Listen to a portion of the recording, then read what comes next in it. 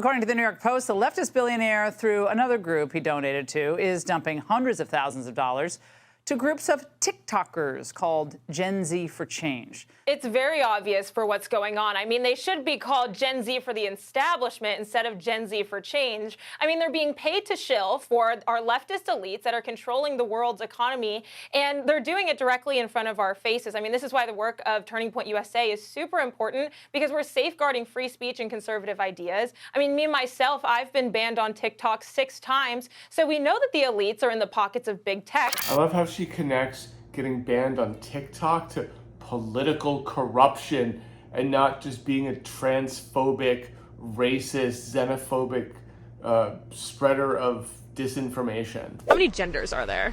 Gender is a social thing, so more than 2. There are 3 sexes and as many genders as someone wants to think there are, because gender is a social thing, not a science thing like sex is. As many as you want there to be. There's male and female, how you're born, but then you can express yourself however you want after that. I'd say gender is kind of just a social construct. It's how you identify. I don't think there's like a certain number of it. I love how these people just answered correctly and they're like, oh, got him! They're like, yeah, gender's an academic term and this is science, gender and it's science. And they're like, ho, boom! Oh, their Turning Point is so cringy. They just like take these baby boomer topics and Turning Point is just like young conservatives that are going to grow up to be like old conservatives like these people. Where do you stand on wokeism, as it were? I don't even know what woke is. I don't watch the news because it's discouraging. It's one-sided anyway. In my opinion, woke, whether I'm right or not, means all of a sudden you see what's happening around you. And I wish everybody was woke because, honestly, the Republican Party has been woke for many, many years. President Trump has said he doesn't want to talk about woke. He doesn't want to use that word. Ron DeSantis uses it all the time. How do you feel about that? Well, that kind of surprises me because you go woke, you go broke, so I don't know. What does that mean? What does woke mean to you? What does that saying mean, woke or broke? Well, I think when you say you go woke, I just feel like, I hate to say it this way, but I feel like there's a bunch of pansies out there that, you're woke. It's like, let each person live, do your thing, but don't push your shit on me. Don't push things back, on other people. Just, like I said, live and let live. And you start doing that, and companies, you have a brand, just sell a product, make people happy, stay out of it. I guess that's kind of how I feel about it. Donald Trump has said he doesn't want to talk about the word woke. He doesn't want to use the word woke. And Ron DeSantis on the other side is saying, I'm all about fighting wokeism. Where do you stand on wokeism? What does it mean to you? Just the other day I found out what the word woke means. What does it mean? Inform me. Just like millennial talk, you might want to help me here.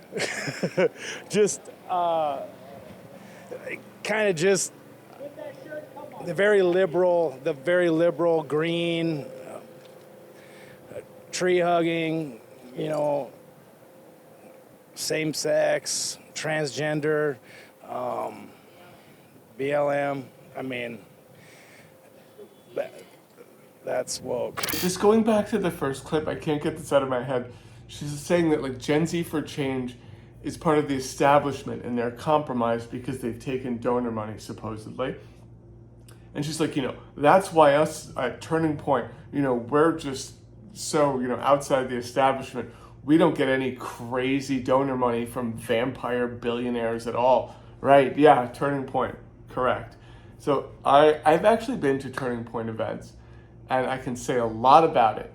So first off, I went to this Tommy Lauren event in Clemson University in the South, far down in the South, and it was poorly attended.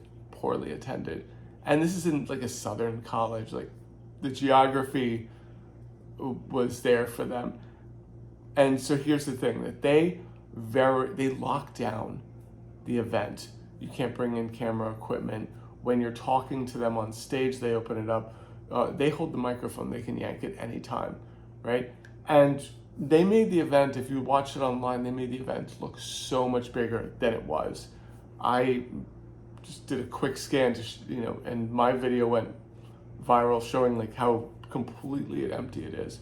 So they're very good at making their events seem way more popular than they are.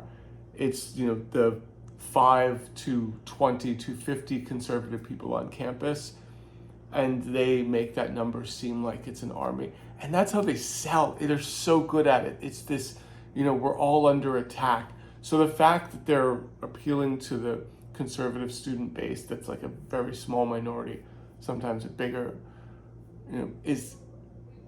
that's the draw. It's we're all under attack. Like Christianity is under attack. Christmas is under attack.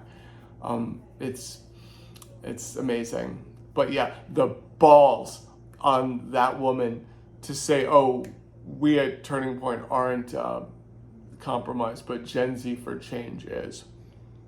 Loving it. Oh, and just lastly, Charlie Kirk challenged me to a debate on his show, and then he backed out because he's a coward.